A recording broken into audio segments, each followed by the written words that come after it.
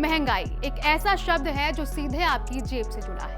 अगर दाल, तेल, आटा, सब्जियां और पेट्रोल डीजल महंगे होते हैं तो उसका असर हर घर के बजट पर पड़ता है। अब एक बार फिर महंगाई को लेकर चिंता बढ़ गई है क्योंकि मई महीने में थोक महंगाई यानी WPI बढ़कर 9.68% पर पहुंच गई है। ये पिछले 43 महीनों का सबसे ऊंचा स्तर है। इससे पहले अप्रैल में ये 8.26% थी, यानी सिर्फ एक महीने में महंगाई में बड़ा उछाल देखने को मिला है। कॉमर्स मिनिस्ट्री की तरफ से जारी आंकड़े बता रहे हैं कि खाने पीने की चीजें, ईंधन और रोजमर्रा के इस्तेमाल का सामान लगातार महंगा हो रहा है। ऐसे में सवाल ये है कि आखिर थोक महंगाई इतनी तेजी से क्यों बढ़ रही है? इसका आम आदमी पर क्या असर पड़ेगा और क्या आने वाले दिनों में महंगाई और बढ़ सकती है? चलिए समझते हैं। अगर आपको लग रहा है कि पिछले कुछ समय से घर का खर्च बढ़ गया है, किराए का बिल ज्यादा आने लगा है और पेट्रोल भरवाने में जेब पहले से ज्यादा ढीली करनी पड़ रही है, तो इसकी वजह अब आंकड़ों में भी साफ दिखाई दे रही है। मई महीने में देश की थोक महंगाई दर यानी WPI बढ़कर 9.68% पर पहुंच गई है।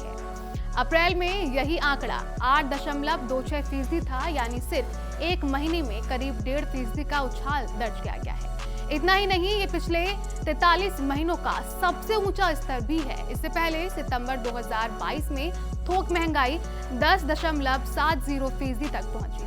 महंगाई बढ़ने की सबसे बड़ी वजह रोजमर्रा की जरूरत वाली चीजों, खाद्य पदार्थों और फ्यूल की कीमतों में आई तेजी बताई जा रही है। सरकार के आंकड़ों के मुताबिक रोजाना इस्तेमाल होने वाले सामानों की महंगाई दर अप्रैल के 3.78% से बढ़कर मई में 4.99% हो गई। वहीं खाने पीने की चीजों की महंगाई 3.11% से बढ़कर 4.49% पर पहुंच गई है। लेकिन सबसे ज्यादा चिंता बढ़ाने वाला आंकड़ा फ्यूल और पावर सेक्टर का है।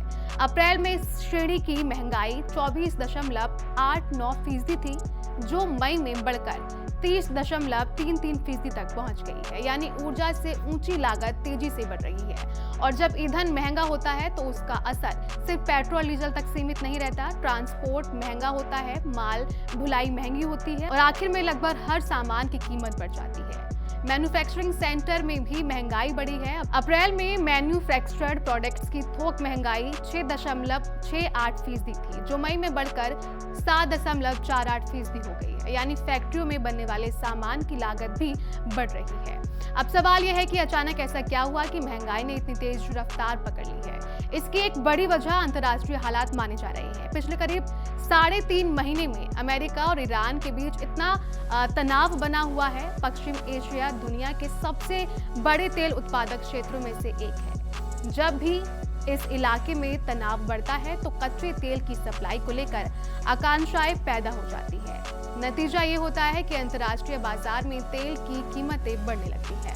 भारत अपनी जरूरत का बड़ा हिस्सा विदेशों से आयात करता है, इसलिए कच्चा तेल महंगा होने का सीधा असर भारतीय अर्थव्यवस्था पर पड़ता है। अगर आने वाले समय में ये तनाव और बढ़ता है तो तेल की कीमतों में और उछाल आ सकता है और ऐसा हुआ तो महंगाई पर अतिरिक्त दबाव देखने को मिल सकता है। अब थोड़ा समझते हैं कि आखिर ये थोक महंगाई होती क्या है। जब कोई कारोबारी किसी दूसरे कारोबार को सामान बेचता है तो जिस कीमत पर वह सौदा होता है उससे थोक मूल्य कहा जाता है। इन्हीं कीमतों के आधार पर होलसेल प्राइस इंडेक्स यानी WPI तैयार किया जाता है। सरल भाषा में कहें तो ये बाजार में सामान बनने और बिकने की शुरुआत लागत को मापने का पैमाना है। WPI के 3 प्रमुख हिस्से होते हैं। पहला है प्राइमरी आर्टिकल्स, जिसका वेटेज करीब 22.62% है।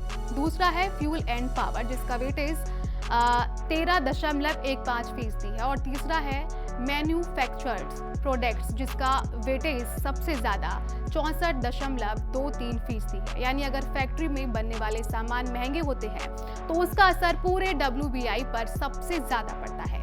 प्राइमरी आर्टिकल्स के अंदर भी कई श्रेणियां शामिल होती हैं, जैसे खाद्य पदार्थ, अनाज, फल, सब्जियां, दालें और गेहूं। इसके अलावा ऑयल सीड्स यानी तिलहन, मिनरल्स और क्रूड पेट्रोलियम भी इसमें शामिल होते हैं। अब सवाल यह है कि थोक महंगाई बढ़ने से आम आदमी को क्या फर्क पड़ता है, क्योंकि अक्सर लोग सोचते हैं कि WPI तो कारोबारियों का आंकड़ा है, इसका हमारी जेब से क्या संबंध? असल में संबंध बहुत सीधा है। जब थोक बाजार में सामान महंगा होता है तो शुरुआत में उसका बोझ कंपनियों और उत्पादक बढ़ाते हैं, लेकिन अगर लंबे समय तक लागत बढ़ती रही तो कंपनियां धीरे धीरे वही बोझ ग्राहकों पर डालना शुरू कर देती हैं। यानी जो सामान आज फैक्ट्रियों में महंगा बन रहा है वही कुछ समय बाद बाजार में भी महंगा बिक सकता है। इसका मतलब है कि आने वाले महीनों में रोजमर्रा के कई सामानों की कीमतों में बढ़ोतरी देखने को मिल सकती है। सरकार के पास महंगाई को नियंत्रित करने के कुछ तरीके होते हैं। एग्जाम्पल के लिए, अगर कच्चे तेल की कीमतें बहुत ज्यादा बढ़ जाए तो सरकार पेट्रोल और डीजल पर लगने वाली एक्सपायरी ड्यूटी पर काम कर सकती है। एक्साइजेस ड्यूटी पर अप्रत्यक्ष कर होता है जो देश में निर्मित वस्तुओं पर लगाया जाता है। इसे निर्माता सरकार को देता है, लेकिन बाद में इसकी लागत उत्पादन की कीमत में जोड़ दी जाती है। हालांकि सरकार टैक्स में कटौती हमेशा और असीमित रूप से नहीं कर सकती, क्योंकि इससे सरकारी राजस्व पर भी असर पड़ता है। यही वजह है कि महंगाई को नियंत्रित करना हमेशा आसान नहीं होता। अब बात करते हैं खुदरा महंगाई यानी रिलेट इन्फ्लेशन की। मई में खुदरा महंगाई बढ़कर 3.96% पर पहुंच गई। अप्रैल में ये 3.48%। हालांकि ये अभी भी भारतीय रिजर्व बैंक के 4% के लक्ष्य के आसपास है, लेकिन पिछले 5 महीनों में पहली बार ये इस स्तर के इतने करीब पहुंची है। रिटेल महंगाई और थोक महंगाई में अंतर समझना भी जरूरी है। रिटेल महंगाई यानी CPI उस कीमत को मापती है जो आम ग्राहक किसी सामान या सेवा को खरीदते समय चुकाता है। वही थोक महंगाई यानी WPI उस कीमत को मापती है जिस पर व्यापारी और कंपनियां आपस में सामान खरीदते हैं और बेचते हैं। दूसरे शब्दों में कहें तो WPI उत्पादन और सप्लाई चेन की शुरुआती लागत को दिखाता है, जबकि CPI आम आदमी की जेब पर पड़ने वाले असर को दिखाता है। इसी वजह से अर्थशास्त्र WPI को भविष्य की महंगाई का संकेतक भी मानते हैं। अगर थोक महंगाई लगातार बढ़ती रहती है तो कुछ समय बाद उसका असर खुदरा महंगाई में भी दिखाई देने लगता है। यानी आज जो आंकड़े थोक बाजार में दिख रहे हैं वो आने वाले महीनों में आपकी रसोई, आपके बिजली बिल और आपके ट्रांसपोर्ट खर्च पर असर डाल सकते हैं।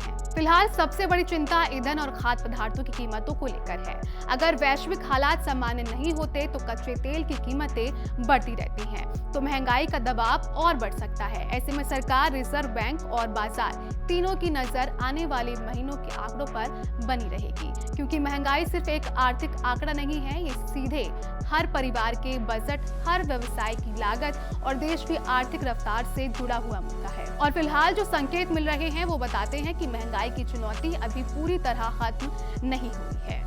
तो कुल मिलाकर मई महीने के आंकड़े बता रहे हैं कि थोक महंगाई एक बार फिर तेज रफ्तार से बढ़ रही है। खाने पीने की चीजों से लेकर ईंधन और मैन्युफैक्चरिंग सेक्टर तक लगभग हर क्षेत्र में कीमतों का दबाव दिखाई दे रहा है। अगर अंतर्राष्ट्रीय हालात और तेल की कीमतें नियंत्रित नहीं हुई तो आने वाले महीनों में इसका असर आम आदमी की जेब पर और ज्यादा महसूस हो सकता है। ऐसे ही अपडेट्स के लिए देखते रहिए FM न्यूज का डिजिटल प्लेटफॉर्म।